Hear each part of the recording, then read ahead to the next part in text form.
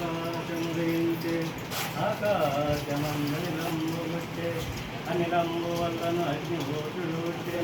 అగ్నిహోత్రిని వల్లను పుబట్టే అప్పు వల్లను మహారవనిస్తలియుబట్టే అవనియందు చాదున మరబట్టే ఓ చాదులందు వనరు నన్నంబుబట్టే అన్నమందున నల్లాయ సకల జంతువు జాలంబులాయే ఈ జగయుగంబులాయే నీరీతి పరమాత్మమాయ వలన రమ్య గుణరామ భద్రాది రామ పరశురామ నరసింహదాస సంరక్షిత. అనుభవం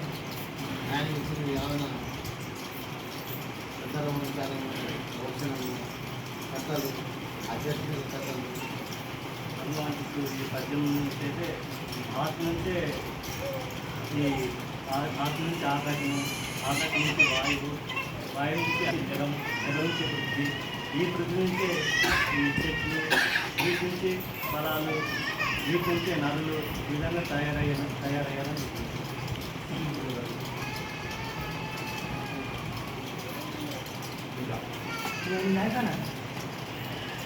శ్రీ సద్గురు మహారాజు